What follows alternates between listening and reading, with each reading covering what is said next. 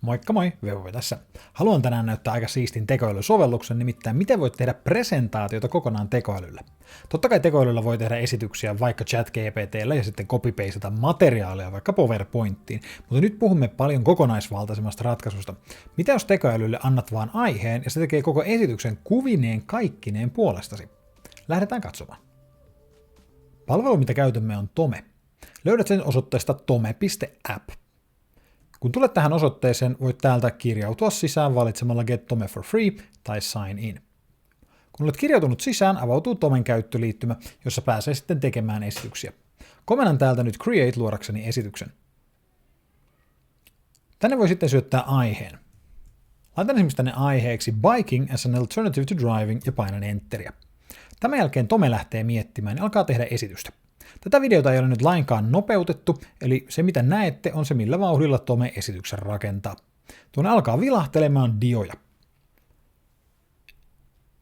Ja kas näin, meillä on esitys luotuna.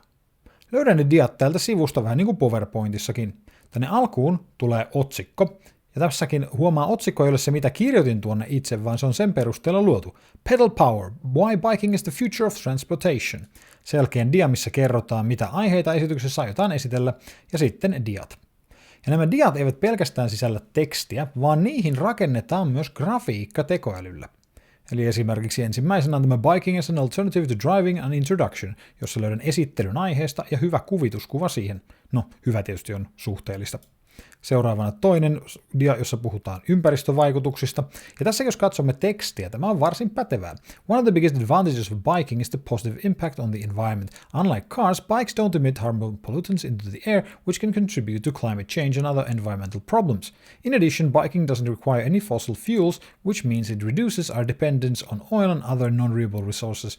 By choosing to bike instead of drive, you're doing your part to help to protect the planet for future generations. Ja sama juttu näissä muissa. Mikäli esitys ei jostain syystä onnistunut ja saitkin jotain ihme sian saksaa tänne tilalle tai muuten esityksen, joka ei toimi, alhaalta voi komentaa try again. Tässä tapauksessa esitys vaikuttaa varsin hyvältä, joten valitsen täältä keep. Minun ei kuitenkaan tarvitse lopettaa tähän ja voin lisätä tänne omia diojani ja tietysti voin muokata näitä olemassa olevia dioja.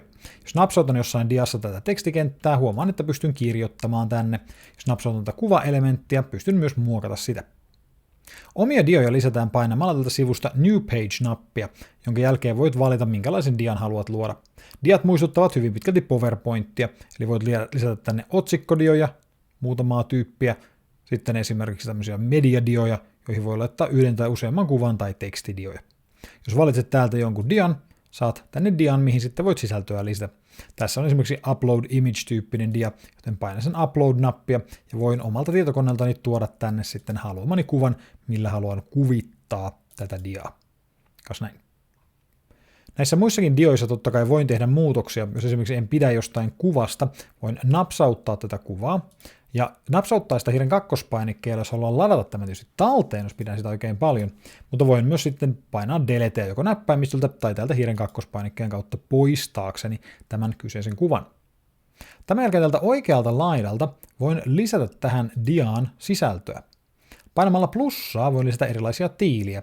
Esimerkiksi valitsen täältä GIPHY, lisätäkseni tänne GIF-animaation, ja sen jälkeen voin tänne laittaa GIPHY-linkin suoraan GIPHYstä. Tai jos en haluakaan sitä, voin valita täältä vaikka image, lisätäkseni tänne kuvan, ja sitten uploadilla ladata tänne oman kuvani. Tai valita jonkun monista muista vaihtoehdoista. Mikäli haluan luoda uuden tekoälykuvan, valitsen DALL-E, ja sen jälkeen syötän tänne sopivan vaihtoehdon. Ja hetken päästä minulla on jonkinnäköinen kuva luotuna. Tässä on hyvä huomata, että kaikki nämä elementit, mitä nyt plussalla lisäsin, lisätään tänne, ja ne sijoitetaan tänne omiin kohteiinsa, jolloin tänne mahtuisi kaikki nämä, mitä olen tänne nyt ottanut. Eli saisin yhtä aikaa tänne kuvan sekä GIPHY-linkin ja kaikki. Jos näistä haluaa eroon, näitä muita kohtia voi napsauttaa, eikä tuosta komentokohdan kohdalta, mutta muualta, ja painaa deleteä poistaakseen ne.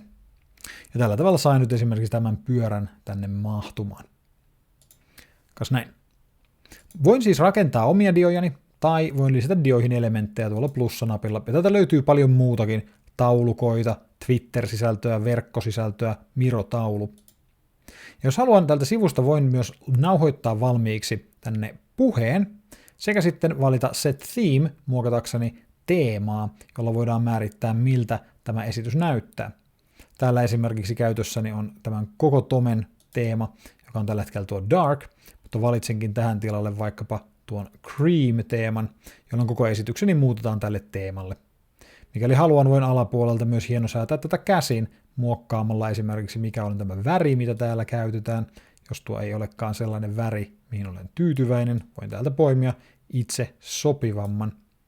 Voin sen lisäksi muuttaa täällä, mitä fontteja käytetään otsikoissa, mitä fonttia käytetään leipätekstissä ja sen sellaista. Esimerkiksi tässä määritän, että otsikkofontti on white ja leipäteksti on white, mutta book-tyyppinen otsikoissa ja light-tyyppinen sitten näissä kappaleissa. Voin tallentaa teeman Save Theme-napilla, jolloin tätä samaa teemaa voidaan kierrättää myöhemmin. Mikäli haluan muokata vain tätä yhtä diaa, täällä on myös Page-välilehti. Täällä tehdyt muutokset eivät suuntautu muuhun esitykseen, vaan pystyn tällä tavalla esimerkiksi yksittäisen dian ulkoasua muuttaa ilman, että muutan koko esitystä, mikä voi olla näppärä, jos haluankin esimerkiksi erilaisen värimaailman tietylle kohdalle tätä esitystä. Kas näin. Tällä tavalla kuitenkin rakentelen esityksen. Kun on aika pitää esitys sitten, voin täältä ylhäältä napsauttaa tätä pientä play-nappia ja esitys avautuu tällaiseen esittämistilaan. Huomioita, tämä ei laita selaintasi täyden ruudun tilaa, vaan joudut tekemään sen selaimesi normaalista täältä valikosta. Valtaosassa selaimissa valikosta löytyy tämä täyden ruudun tila, mihin pääsee myös F11 painikkeella. Ja tämän valitsemalla saat selaimesi suuremmaksi, jolloin esittäminen on myös helpompaa. Esitystilassa voit käyttää vaikkapa nuolinäppäimiä vasemmalle ja oikealle liikkuaksi esityksen kalvosta toiseen. Escapeilla voit katkaista esityksen. Tome on varsin hyvä rakentamaan esityksiä aiheesta kuin aiheesta. Joissain se on tosin parempi kuin toisissa. Esimerkiksi tässä pyysin sitä kirjoittamaan esityksen atomien liikkeistä, ja se tosiaan rakensi esityksen, missä oli vieläpä varsin hyvät aihepiirit ja kuvitus, mikä istui aiheeseen varsin hienosti ja teki tästä esityksestä paljon mielekkäämmän katsottavan. Nyt olemme kuitenkin katsoneet esityksiämme tarpeeksi. Napsautan taaksepäin noilta poistuakseni täältä, jolloin palaamme takaisin tänne etusivulle. Täältä löydät nuo äsken tekemäsi esitykset, mikäli haluat niihin myöhemmin palata. Mikäli haluat päästä eroon jostain näistä esityksistä, paina 3 pistettä tässä esityksen vieressä ja täältä voit deletoida ne. Pane merkille, että voit myös kopioida linkkejä näihin esityksiin. Tämä on varsinkin relevantti ominaisuus, jos nauhoitit niihin vaikkapa tuon puheen ja haluat, että ihmiset voisivat omin päin käydä katsomassa tämän esityksen puheen kanssa. Esimerkiksi jos haluatte käydä katsomassa, millä näköinen tämä atomien tanssi on, otan tästä copy link-komennon ja linkki menee leikepöydälle. Ja tältä se suunnilleen näyttäisi. Menemällä tähän osoitteeseen tome.app kautta testimaailma kautta sitten suhteellisen pitkä määrä tekstiä pääsisi tähän esitykseen käsiksi. Mutta voin tällä tavalla kuitenkin jakaa näitä esityksiä kenen tahansa kanssa. Kun esitys on avattu, löydät saman toiminnon täältä Share-painikkeen alta. Share-painike on siinä mielessä relevantti myös siksi, että täältä voit määrittää millaisen pääsyn haluat tähän esitykseen muille antaa. Esimerkiksi tällainen linkki oletuksena antaa Can Play-oikeudet, mutta pystyn täältä myös tuhota linkin komentamalla No Access, jolloin tämä linkki eliminoituu. Silloin linkki ei enää toimisi. Pystyn täältä myös valita tietyn henkilön ja sitten määrittää hänelle esimerkiksi muokkausoikeudet ja lähettää tähän sähköpostiosoitteeseen käyttäjälle oikeudet käsitellä tätä esitystä. Tällainen on siis Tome. Tome ei poikkea hirvittävästi PowerPointista, jos mietitään, miten sitä käytetään siinä mielessä, että siinä tehdään dioja ja esitetään dioja. Se merkittävin ero on kuitenkin siinä, että tämä käyttää hyvin voimakkaasti tekoälyä ja voi rakentaa sisällön kokonaan tekoälyllä. Voit totta kai käyttää sitä myös ilman tekoälyelementtejä, mutta silloin se eroaa merkittävästi esimerkiksi PowerPointista tai monista muista esityssovelluksista. Tome on kuitenkin yllättävän mukava käyttää niinkin, joten en menisi sanomaan, että se olisi ihan kamala idea käyttää Tomea ihan perusesityksen tekemiseen. Tekoälytoiminnot ovat siellä kuitenkin se spesialiteetti, koska pystyt rakentamaan koko esityksen tekoälyllä näin halutessasi. Suomenkielistä sisältöä en ole saanut siitä nyt oikein ulos. Sinne pystyy antaa tekstipromptin suomeksikin, mutta tähän asti yrityksissä olen saanut joko esityksen, mikä on kuitenkin ollut kokonaan englanniksi, tai esityksen, missä tätä suomenkielistä termiä on käytetty siellä täällä englannin seassa, joten tällä hetkellä, jos automatiikkaa haluat käyttää, englannin kieli sopii siellä paremmin. Joka tapauksessa toivottavasti tästä videosta oli hyötyä ja löysit sillä tavalla uuden työkalun, mitä käyttää. Mikäli tästä oli hyötyä, muista käydä tilaamassa kanavani, sillä tavalla opit lisää tekoälystä, digitaidoista ja muusta sen sellaisesta joka ikinen päivä. Kannattaa myös muistaa tykätä tästä videosta, se myös auttaa kanavaani kasvamaan, mistä olen erittäin kiitollinen. Teit mitä teit, kiitoksia katselusta. Webove kiittää ja kuittaa.